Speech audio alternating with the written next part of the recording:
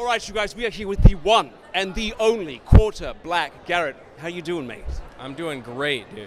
I'm going to ask you some questions about Star Wars. Is that cool? Of course. Beautiful. All right, number one, favorite Star Wars character of all time? Boba Fett. That's a great answer. I like it. Number 2, Darth Maul.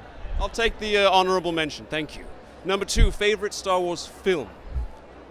Empire Strikes Back. I know it's like most everybody picks Empire, but it is literally the best film, and the story's so good, and there's a little bit of romance, but just enough, not too much. Perfect. A lot of Chad romance in that. A lot of Chad. I know. Sort of outlawed these days, but that's all right. Number 3, best lightsaber fight of all time? That's got to be Revenge of the Sith.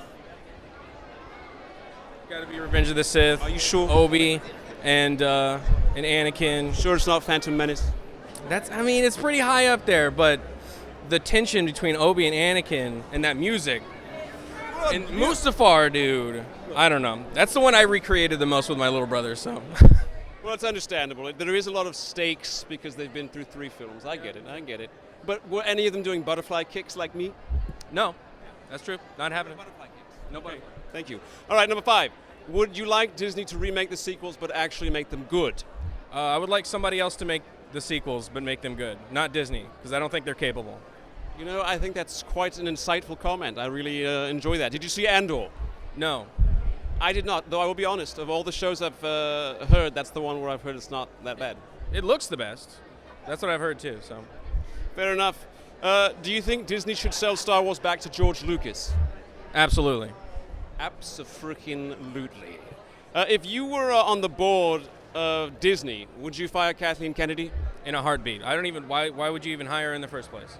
Would you have fired her last week, 5 years ago, a decade ago? What are we going with? A decade. All right. She's not even getting hired on the... Not even day one. I'm like, no. You couldn't get coffee right. So. You couldn't get coffee right, Kathleen. Come on. It's just cream, sugar, you stir. It's not complicated. Always wrong, every time. It's wrong every time. All right, moving along quickly here. Kenobi to the show. Did you watch it? Yes. What do you think?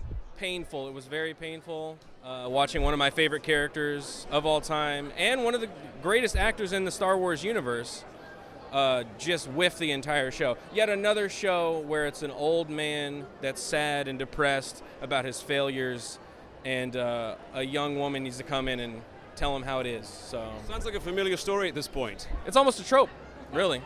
Almost like it's this endless cycle that we can't break free of. Over and over and over. And now we have Indy, so can't wait for the next one. Rest in peace, Indiana. Mando Season 3, did you see it? Yes. Thoughts? Also, very sad, didn't like it. It was repetitive, and it replaced Mando with a different Mando, and now it's Lady Mando. So we never actually got the Mandalorian show that we were promised and that we were sold. You know, the outlaw bounty hunter that's shooting like the Old West. Nope, that was literally for the opening of the very first season of the very first episode, and it's all been Baby Yoda ever since. You know what I never saw coming was them Book of Boba Fetting Mando. Oh, dude, I did not see that either. No one saw that one coming because that was a Disney creation. Like, you know what? We're going to get him too. Yeah, I thought, this is going to be their Boba Fett and they're going to really try and sell it, but no, they kind of like shanked him as well. Yeah, they shivved him real good right in the back. Not cool. Yeah. Let's see, last 2 questions to go. Okay. What did you think of Kathleen saying there was no source material after getting rid of George's sequels treatment and decanonizing the EU?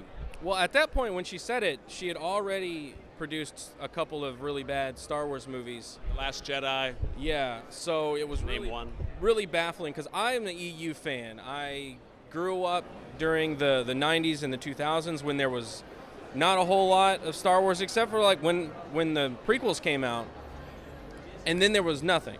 There was no TV shows, there was no nothing, and it was like, how do I go find more Star Wars?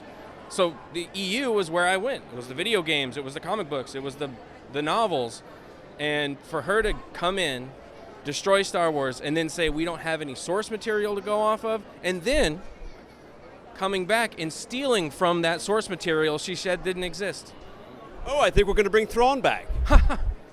Twice. They've done it twice. Already. Funny how that works, that you get rid of him and then bring him back, huh? Yeah. All right, last question.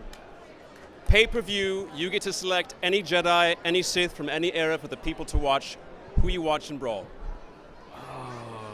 I'm gonna go Darth Maul and Kit Fisto. Oh, Kit They Fisto both and got the kicks. they do. They got a little spin stuff. What happened? What happened in Revenge of the Sith with Kit though? That was kind of a rough exit. That was rough because Kit Fisto is one of my favorite Jedi, and when I saw that happen, it really crushed me.